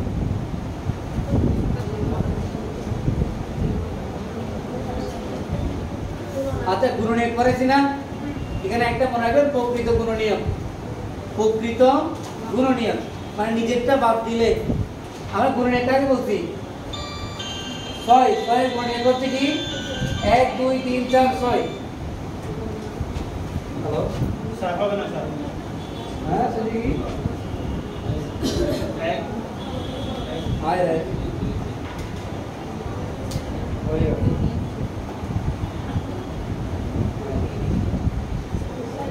6 বাদ বাকি 3টা 6 বাদ দিলে নিজেরটা বাদ দিলে বাকিগুলোকে বলা হয় প্রকৃত গুণনীয়ক যেমন উপসেট আছে না হ্যাঁ উপসেট করছেন হ্যাঁ আছে মানে একটা সেট থেকে যে শাখাগুলো বের হচ্ছে উপসেট তো নিজেরটা বাদ নিজেরটা মানে মিলটা বাদ দিলে যেমন মনে করেন একটা সেট 1 2 3 তাহলে এর উপসেটগুলো হবে কি 1 একটু উপসেট 2 একটু উপসেট 3 একটু উপসেট 1 2 একটু উপসেট 2 3 1 3 একটু উপসেট 2 3 একটু উপসেট 1 2 3 একটু উপসেট আর একটা ফাঁকা দেয় একটু উপসেট তাহলে 1 2 3 বাদ দিলে বাকিগুলোকে বলা হবে কি প্রকৃত উপসেট ঠিক তদ্রূপ নিজেরটা বাদ দিলে বাকিগুলোকে প্রকৃত গুণনীয়ক তাহলে বন্ধু সংখ্যা হচ্ছে 220 এবং 284 এদের মধ্যে যে সম্পর্ক তাকে বলা হয় বন্ধুত্ব বা বন্ধু সংখ্যা সেটা কেন হয় তখন শুনি না এটা হচ্ছে এটার প্রকৃত গুণনীয়কগুলো যোগ করে এটা পাওয়া যায়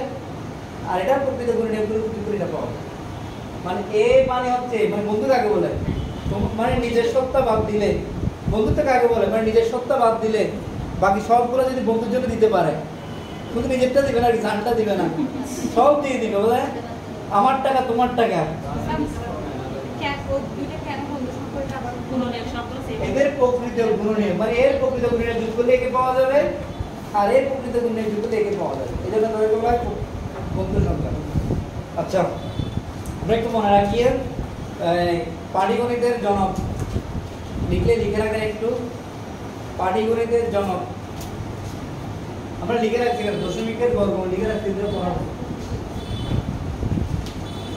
পাটিগণিতের জনক আর্যভট্ট আর্যভট্ট যে শূন্য লিখছি না আমরা পাটিগণিতের জনক হচ্ছে আর্যভট্ট বীজগণিতের জনক আবু জাফর ইবনে মুসা আল-খারিজমি আবু জাফর ইবনে মুসা আল-খারিজমি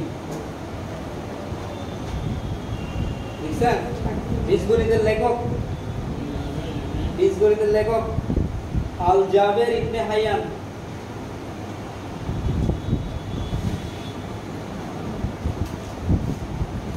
আল জাবের ইবনে হাইয়ান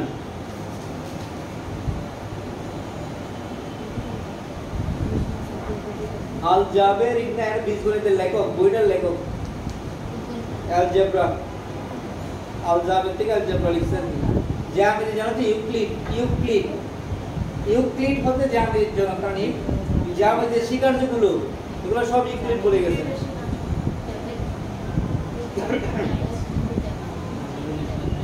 লিখেন দ্রুত লিখেন তারপর হচ্ছে লগারিদমের জনক জন নেপিয়ার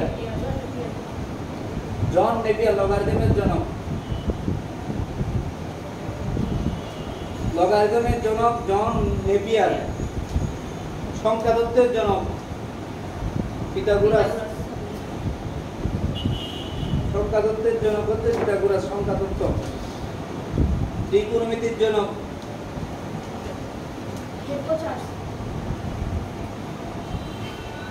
হিপ্পারকাস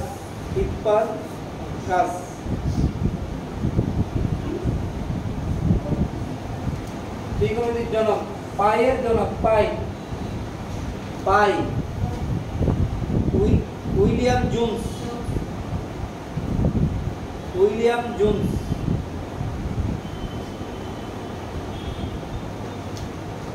গ্রাফ তত্ত্বের জনক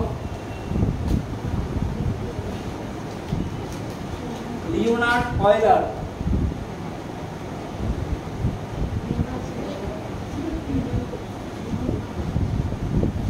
একটু মাথায় রাখবেন এরপরে লিখেন সূত্রগুলো শিখবেন যত সূত্র আছে এখানে কাগজ দেখা যাবে লিখে দিচ্ছি এখানে কাগজ এগুলো আমি 1 সেকেন্ডে লিখছি তো লিখছি যাই না বুঝতে এটা জমা করে লিখছি তারপর লিখেন বীজগণিতের সূত্রগুলো শিখবেন, লিখে রাখবেন বীজগণিতের সূত্র, জ্যামিতির সূত্র। জ্যামিতির মানে কি? যেমন ত্রিভুজের ক্ষেত্রফল নির্ণয়ের সূত্র, সমবাহু ত্রিভুজের ক্ষেত্রফল নির্ণয়ের সূত্র, ঠিক আছে? বিষমবাহু ত্রিভুজের ক্ষেত্রফল নির্ণয়ের সূত্র, এগুলো লিখে রাখেন। বীজগণিতের সূত্র, হ্যাঁ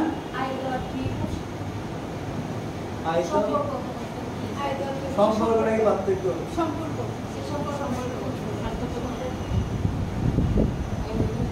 ঠিক আছে, সূত্রগুলো শিখবেন। আয়ত সম্পর্ক বোঝাই থাকবে, পার্থক্য না থাকবে।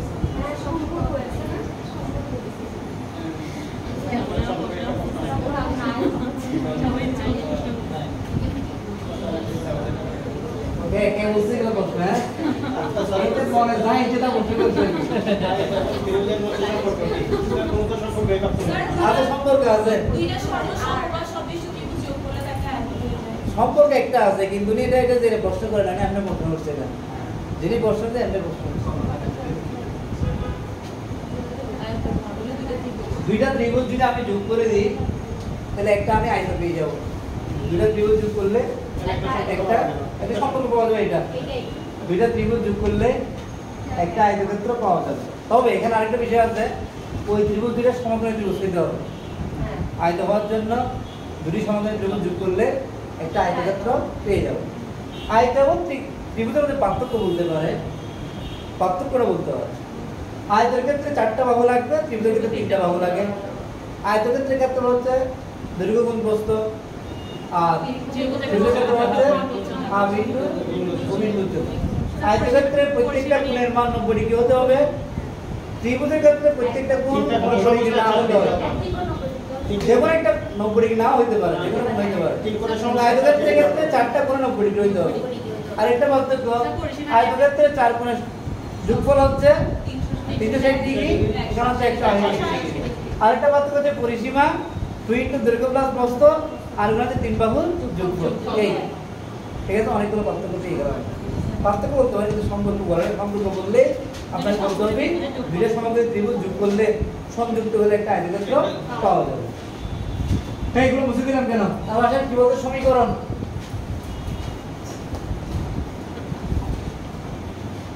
এটা হচ্ছে আপনার ওই যে যেহেতু ক্লাসের বিষয়, উনি যেটা বলছে আর কি, শূন্য আপনি কিভাবে বুঝাবেন। ক্লাসের বিষয়ের ক্ষেত্রে প্রথম হচ্ছে আপনি যে বিষয়টা আলোচনা করবেন ওই বিষয়ের প্রেক্ষাপটটা নিয়ে আসেন।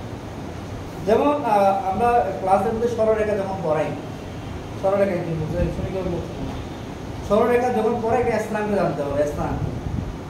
তখন তাকে একটা ভিডিও দেখাই, ভিডিওতে একটা বাচ্চা একটা মুরগির বাচ্চা ধরতেছে, ছোট বাচ্চা, কিন্তু সে অনেক চেষ্টা করে ধরতে পারে না।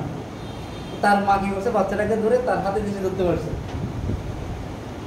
এটা বুঝাইলাম তাকে, মানে এই যে বাচ্চাটা, মুরগির বাচ্চাটা সে ধরতে পারে না কেন, তার অবস্থান সে জানে না।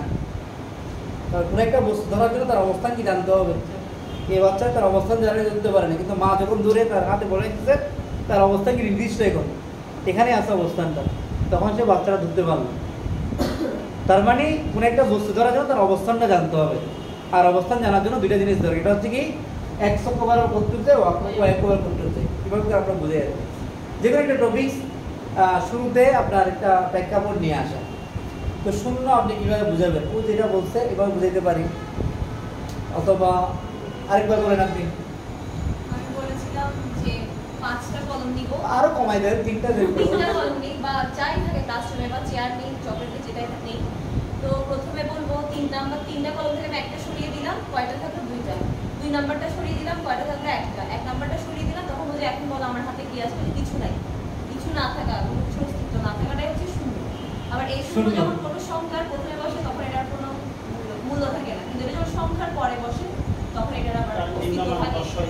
আর এখানে একটা বিষয় এর সাথে একটু বলতে হবে যে এই শূন্য কে আবিষ্কার করছে, প্রথমে কে ধারণা দিচ্ছে, শূন্য আমরা কিভাবে প্রকাশ করি এটা কি বললাম। শূন্য, হ্যাঁ, মনে করেন 5, ছোট বাচ্চা হলে এক বিষয়, বড় বাচ্চা হলে আরেক বিষয়, ক্লাস 5 হলে এক বিষয়, নার্সারি হলে আরেক বিষয়, যে যেটা বলছে এটা সে জানে। যে ছোট বাচ্চা হয় ও যেটা বলছে সেটাই, এর আর কিছু করার দরকার না। একটু যদি আপার লেভেল হয় তাহলে তাকে শূন্যকে আবিষ্কার করছে, শূন্য সম্পর্কে তাকে ধারণা দেবে, মানে শূন্য আবিষ্কার করছে কে, এই ব্রহ্মগুপ্ত প্রথম ধারণা দেন হচ্ছে আর্যভট্ট। এটা মনে করেন 5 5-এর ব্র্যাকেট 0 দিলাম, মানে সব অঙ্ক হচ্ছে 2 ভাগ, এটা সার্থক অঙ্ক, এটা হচ্ছে সাহায্যকারী অঙ্ক। শূন্য নিজস্ব কোনো কি নাই, মান নাই। 1 থেকে 9 এর নিজস্ব কি আছে, মান আছে, সার্থক অঙ্ক, শূন্য কোনো কি নাই, নিজস্ব মান নাই, জন্য সাহায্যকারী অঙ্ক। যখন 5-এর পরে 0 মানে 50 হবে, 2 এর পরে 500 হবে। আমি কি 0 বানিয়ে দিলাম, তার কোনো কি নাই, ভ্যালু নাই। ছোট বাচ্চা থেকে বুঝাইতে বললে এভাবে বলতে হবে, আর একটু ক্লাস 5 এর হলে এভাবে বলতে হবে। আবার সমীকরণ, সমীকরণ বলতে বোঝায় সমানকরণ, সমানকরণ। তো আপনি এটাকে দুইভাবে করতে পারেন। সহজ একটা সংজ্ঞা দিই, 3x + 5 = 0। এটা হচ্ছে চলক, চলক মানে যার মান পরিবর্তন। একটু দেখেন, তার পাশে হচ্ছে কি সহগ, তার পাশে কি সহগ, এটা হচ্ছে সহগ, এটা সহগ, এটা হচ্ছে কি চলক, এটা হচ্ছে ধ্রুবক, এখানে আমরা যেগুলো করে এটাও ধ্রুবক,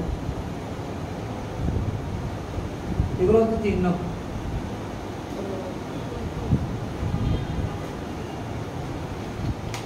তাহলে চলক, সহগ ও চলক, সহগ, ধ্রুবক ও চিহ্ন সহযোগে গঠিত গাণিতিক খোলা বাক্যকে সমীকরণ বলে। তবে এখানে উল্লেখ্য চিহ্নের মধ্যে অবশ্যই কি থাকতে হবে, সমান চিহ্ন থাকতে হবে। সূচক দরকার নেই, সমীকরণ হওয়ার জন্যই। আচ্ছা ঠিক আছে, এখানে তো সহযোগী কি বলতে পাওয়ার যেটা সূচকের দরকার নেই। হ্যাঁ, এই খুব সুন্দর প্রশ্ন হচ্ছে, হ্যাঁ এই মারাত্মক সুন্দর প্রশ্ন হচ্ছে, কিন্তু এটা খুব দরকার। চলক না সমীকরণ এমন অবেদের মধ্যে পার্থক্য কোনটা লাভদার আছে। আপনি মেয়েদের মারাত্মক বলেন, চলক, সহগ, ধ্রুবক ও চিহ্ন সহযোগে গঠিত, চলক, সহগ, ধ্রুবক ও চিহ্ন সহযোগে, চিহ্ন সহযোগে গঠিত গাণিতিক খোলা বাক্যকে সমীকরণ বলে। অথবা আরো সহজ ভাষায় যদি বলেন, যে বীজগাণিতিক রাশির মধ্যে সমান চিহ্ন থাকবে সেটা হচ্ছে সমীকরণ। বীজের রাশির মধ্যে কি থাকবে, সমান চিহ্ন দিয়ে দিলে এটা হচ্ছে অভেদ এবং সমীকরণের মধ্যে পার্থক্য। অভেদ এবং সমীকরণ, অভেদ এবং সমীকরণের পার্থক্য। সমীকরণ হচ্ছে নির্দিষ্ট মানের জন্য সত্য, অভেদ হচ্ছে সকল বাস্তব মানের জন্য সত্য। সমীকরণ হচ্ছে নির্দিষ্ট, এটা মানে শুধু একটা মানের জন্য সত্য। আমি একটা সূত্র নিলাম a + b হোল স্কয়ার, এটা হচ্ছে একটা অভেদ, এটা কি একটা অভেদ, এটা সকল বাস্তব মানের জন্য সত্য। আপনি a এবং b এর যে কোনো দুটো মান এখানে নেন, এখানে বসান, বাম পক্ষে ডান পক্ষে আসবে, যে কোনো বাস্তব মানের জন্য। কিন্তু সমীকরণ শুধুমাত্র এটা এটা হবে কত, এটা -3 -1 এর জন্য সত্য সত্য, এটা আর কোনো মানের জন্য সত্য হবে না। সমীকরণকে আমরা সমান চিহ্ন দিয়ে প্রকাশ করি, আর অভেদকে 3টা দাগ দ্বারা প্রকাশ করি। ঠিক আছে, একটু এই দুইটা চিহ্ন দরকার লাগবে না। সূত্র হচ্ছে সরাসরি যেটা বের করছে এটা হচ্ছে সূত্র, আর এখান থেকে যেগুলো বের হয়, যেমন মনে করেন a + b হোল স্কয়ার, এটা হচ্ছে মূল সূত্র। এখানে তো আমরা অনেকগুলো সূত্র পাবো না, যেমন মনে করেন a - b whole square + 4ab এটা হচ্ছে সিদ্ধান্ত। ঠিক আছে, অনেকগুলো সূত্র পাওয়া যায়, মানে প্রথম যেটা বের করছে সেটা হচ্ছে সূত্র। এরপরে আরো পরে এসে অনেকজন অনেকগুলো বের করছে মডিফাই করে, যেগুলো পাওয়া যায় হচ্ছে সিদ্ধান্ত। এখান থেকে মডিফাই করে মূল সূত্র থেকে যেগুলো পাওয়া যায় হচ্ছে সিদ্ধান্ত। এভাবে বললে হবে, তো সংজ্ঞা বলতে হবে, সব থেকে সংজ্ঞা পাওয়া যায় না। হ্যাঁ, প্রমাণ অনুসিদ্ধান্ত তো নাই, আছে উপপাদ্য অনুসিদ্ধান্ত। হ্যাঁ, প্রমাণ অনুসিদ্ধান্ত হয় না, উপপাদ্য বা অনুসিদ্ধান্ত হবে। প্রমাণ অনুসিদ্ধান্ত কেমন হবে, যেমন মনে করেন একটা উপপাদ্য আছে, তার অনুসিদ্ধান্ত থাকতে পারে নিচে কয়েকটা। একটা সূত্র আছে, মনে করেন যে বৃত্তের কেন্দ্র থেকে সমুদ্রবর্তী, বৃত্তের কেন্দ্র থেকে সমুদ্রবর্তী যেগুলো পরস্পর সমান, এটা হচ্ছে উপপাদ্য। এটাকে নিয়ে আরো একটা যে সূত্র এবং অনুসিদ্ধান্তের মতো আর কি, একটা সূত্র থেকে একটা সরাসরি যেটা পাওয়া যায়, যেটা গণিত যে আবিষ্কার করছে সেটা হচ্ছে সূত্র, এরপরে এটাতে মডিফাই করে যেগুলো পাওয়া যায় এটা হচ্ছে কি অনুসিদ্ধান্ত। এটার মধ্যে সেম প্রমাণ আর স্বীকার্য হতে পারে, অনুসিদ্ধান্ত করা হয়েছে। আচ্ছা বর্গমূলের ইহাটা বলে যে একটু দশমিকের বর্গমূল।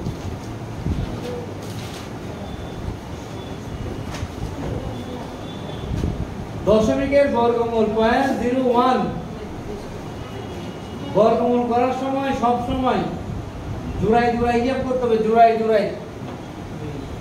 জোড়া না থাকলে জোড়া বানিয়ে নিতে হবে, শূন্য দিয়ে বানিয়ে নিতে হবে আগে। ঠিক আছে? জোড়া না থাকলে জোড়া বানিয়ে নিতে হবে। যদি মনে করে শুধু 0.1 দেয় এটাকে একটা শূন্য দিয়ে জোড়া বানাইতে হবে, কিন্তু 0.01 থাকলে জোড়ায় আছে। মনে করেন দিচ্ছেন 0.011, তাহলে এখানে একটা শূন্য দিয়ে জোড়া বানাইতে হবে, ঠিক আছে? কিন্তু পূর্ণ সংখ্যা থাকলে 373 তাহলে শুধু এটা জোড়া, পরেরটা জোড়া না থাকলে সমস্যা নেই। দশমিকের পর অবশ্যই জোড়া বানাইতে হবে সবগুলো, ঠিক আছে? দশমিকের আগে পাশ থেকে জোড়া হয়ে আসবে, বাকিটা খালি থাকতে পারে, একটাও থাকতে পারে। দশমিকের পরে গুলো অবশ্যই জোড়ায় জোড়ায় থাকবে। তাহলে জোড়ায় থাকলে পূর্ণ সংখ্যা দিয়ে গুণ করবেন, যে আমাদের সংখ্যা যেগুলো শিখাইলাম, যে 1 এর বর্গ 1, 2 এর বর্গ 2 গুণে 4, 3 থেকে 9 এইভাবে। তাহলে এখানে কত যায়? হ্যাঁ যায় না কিছু কি যায় না, অন্তত 1 কিলো ওয়ান দিয়ে যাবে। যাবে দশমিক তো বসাই দিলাম, দশমিক 1 ওকে 1 এর কত হয়? না স্যার যাবে না তো। যাবে যাবে যাবে না কেন? স্যার 001 হবে। না না যাবে। ছোট হয়ে যাবে কি মোবাইল কাম করতে দিই, কোথায় বের করো দে আমাকে তো লিখতে স্যার দশমিকের পরে শূন্যটা মান। না আছে কিরে 0.1 এটাই তো বলছি 0.1 এ হবে, এটা জিরো হয়ে যাবে নিচে তো 0 হয়ে যাবে 1 চলে গেল 0.1 ঠিক আছে তো আপনারা ওটা করতে হবে 0.1 এ হবে, তো স্যার এটাই উত্তর 0 হয়ে যাবে। জিরো হয়ে যাবে না আর যতবার যায় একবারেই যাচ্ছে 0। 0.01 এই দেখেন এক জোড়া তো, তাহলে দশমিকটা দিলাম কয়বার যায়? একবার যায়, এককে এক, একটা এক গেলে শূন্য শেষ মিলে গেল, তাহলে 0.1 অন্তত স্যার 001 একটু দেখা খালি স্যার 001 0.001 জি স্যার 0.001 তাহলে কয় গো? 3 গো। এটা জিরো তাহলে অবশ্যই একটা শূন্য দিয়ে এক জোড়া বানাইতে হবে, বুঝছেন? পয়েন্ট যাবে কি 0.01 0.001 বলতেছি, সামথিং what answer? হ্যাঁ হতে পারে না, হবে না, না। পয়েন্ট দিলাম এক জোড়ার জন্য একটা শূন্য, এটা এবার কয় বাজে? 3 বাজে। 10 এর জন্য কয় বাজে যাবে? 3 বাজে, 3 3 9, তাহলে 1 এবার আবার কি এক জোড়া নামবে শূন্য, এই 3 এর ডবল 6 আসবে, এক বাজ যাবে, 6 একে 6 61 9 এখানে আছে কত? 9 থেকে 3 আবার রোজ চলতে থাকবে স্যার আনসার 031 হবে 0.03 আরো আছে, হ্যাঁ আর বলার দরকার নেই। স্যার এখানে আমার কথা হচ্ছে যে দশমিকের পর 001 তো ছিল, তো আমি তো সামনের 0 আর 1 দিয়ে জোড়া বানাতে পারতেছিলাম, তো এটাকে আবার পরে কেন জিরোটা আগে? কেমনে জোড়া বানালেন আপনি? যেমন 373 টা তিনটা সংখ্যা দিয়ে করে ফেললাম। আপনি এখানে আসেন, এটা দশমিকের পরে স্যার এখানে বলেন দশমিক না থাকলে দশমিকের আগে বাম পাশ থেকে আসবে জোড়ায় জোড়ায়, এক জোড়া একটা খালি আছে, তো দশমিকের পরে যে সংখ্যাগুলো থাকবে এদেরকে অবশ্যই জোড়া বানাইতে হবে, একটা খালি রাখা যাবে না। তাহলে এটা করে আমরা বাম পাশ থেকে আসি, আর এটা হচ্ছে ডান পাশ থেকে যাব, এই জোড়া হইলো আর একটা জোড়া, কিছু না থাকলে একটা শূন্য দিয়ে জোড়া বানাইতে হবে, দশমিকের পরের গুলো অবশ্যই জোড়া বানাইতে হবে। তাহলে এখানে দশমিক নামলো, এই দুইটা শূন্য দিয়ে একটা শূন্য আসলো, এখানে কয়বার যায়? 3 বার, 3 3 9, ঠিক আছে? তাহলে এখানে এক নামবে, দুইটা শূন্য, 3 এর ডবল 6, আর বার দরকার নাই, 0.03 সামথিং হবে আর কি। আর কোনো প্রশ্ন থাকলে বলেন, আমাদের ক্লাস শেষ, যেমন বউ বাচ্চাকে দিয়ে আসছে এদিকে আমার টেনশনে পড়ে গেছে, বলেন কোনো প্রশ্ন থাকলে বলেন। তাদের বসে গেল অসমতা আপনার কি করতে অসমতা জিজ্ঞেস করবেন। আচ্ছা আরেকটা বিষয় হচ্ছে শেষ করি, 5টি গরু 5 দিনে 5 লিটার দুধ দিলে 10টি গরু 10 দিনে কয় লিটার দুধ দিবে বলেন? তার মুখে করবেন, যত গুণ হবে এদিকে তত গুণ করে দিবেন। 5টি গরু 5 দিনে 5 লিটার দুধ দেয়, তো 10টি গরু 10 দিনে কয় লিটার দুধ দিবে? তাহলে এখানে ডবল এখানে ডবল, দুই ডবল হচ্ছে না? তাহলে 5 দুগুণে 10, 10 দুগুণে 20। এটা মনে রাখবেন, এটা কিন্তু এটা প্রশ্ন করতে পারে। 5টি গরু 5 দিনে 5 লিটার দুধ দেয়,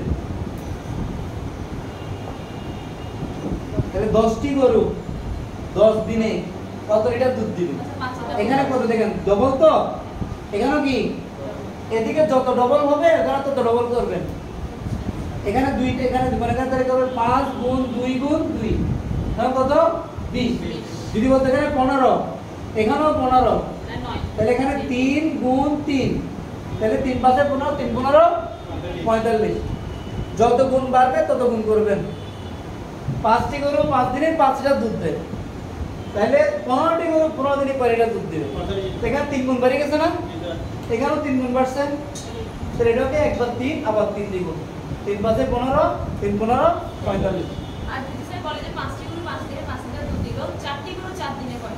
তার বলতে পরে দেখতে হবে, কিন্তু এইভাবে বললে মনে করেন গুণিতক থাকলে এখানে 10টি গরু 15 দিনে বলতে পারে, তাহলে এখানে 2 গুণ এখানে 3 গুণ, তাহলে 5 দুগুণে 10, 3 দুগুণে 30, যতটা গুণ থাকে তত গুণ করে দিবি।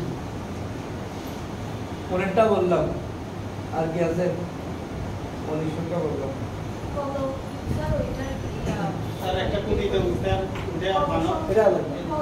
কতবারে সাজানো যায় ওই বিন্যাস সমাবেশ? বিন্যাস সমাবেশ এটা জিজ্ঞেস করবে, এটা আপনাকে করতে পারে, আন্টি একটা আছে মানে আন্টি 5টি আন্টি 3টি আন্টি এটা আপনাকে করতে পারে, এটা সবাইকে করো এটা আপনি শিখে নেবেন, না বললে যোগাযোগ করবেন। এটা তো দিবে যাবে প্রক্রিয়া চিহ্ন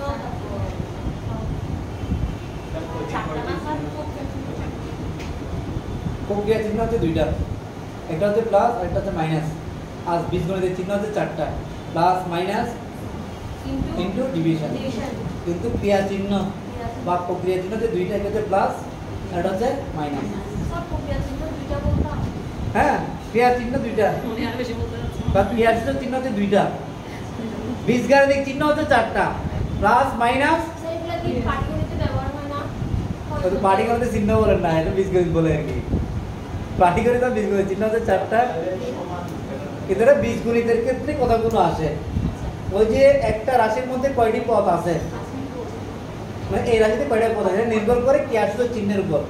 যতটা প্লাস মাইনাস চিহ্ন থাকবে ততটা কি থাকে? পদ থাকে। যে রাশির মধ্যে যতটা প্লাস মাইনাস থাকবে ততটা পদ, এই জন্য প্লাস মাইনাস হচ্ছে ক্রিয়াসূচক চিহ্ন। এটা হচ্ছে অসমতা বললো না কি? এগুলো হচ্ছে এটা হচ্ছে এটা সম্পর্ক চিহ্ন, প্লাস সরি ইকুয়াল, স্মল দেন, গ্রেটার দেন, এগুলো। আপনাদের প্রশ্ন শেষ করেন, আর কার প্রশ্ন আছে? স্যার এটা কিভাবে বুঝাবো বাচ্চাদেরকে? হ্যাঁ, এটা মানে যদি প্রশ্ন করে আপনার গণিত বিষয়টাকে আপনি কিভাবে উপস্থাপন করবেন? গণিত বিষয়ের একটা টপিক করতে হবে। মানে স্যাররা যদি বলে যে আপনি গণিতকে কিভাবে আমার প্রাইমারিতে কিভাবে আপনার বিষয়টাকে আপনি না, প্রাইমারিতে তো গণিত নাই, গণিত একটা সাবজেক্ট থাকবে। আপনি যে কোনো একটা সাবজেক্ট বুঝাবেন তাদেরকে, টপিক বুঝাবেন, টপিক নিয়ে স্যার বুঝাবেন। শতকরা ওগুলো তো মাইন্ড এটা আপনি মতো পারেন। আমি সমীকরণটা একটু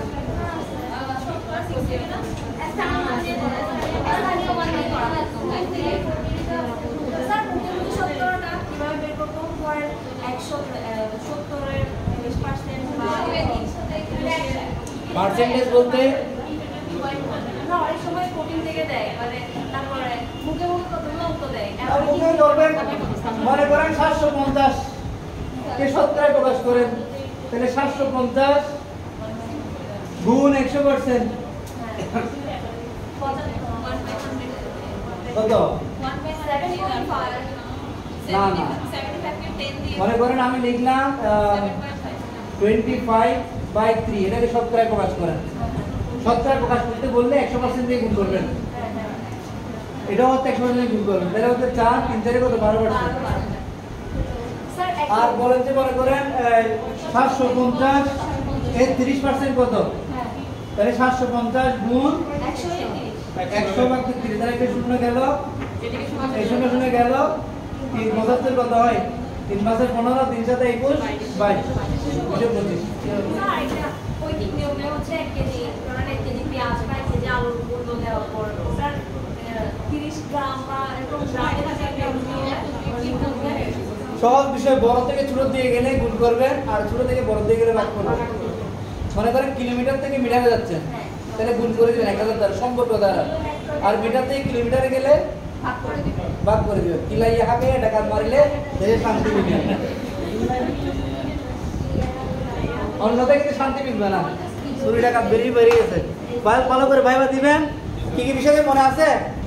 একটা হচ্ছে আত্মবিশ্বাস, নাম্বার 0182 967173।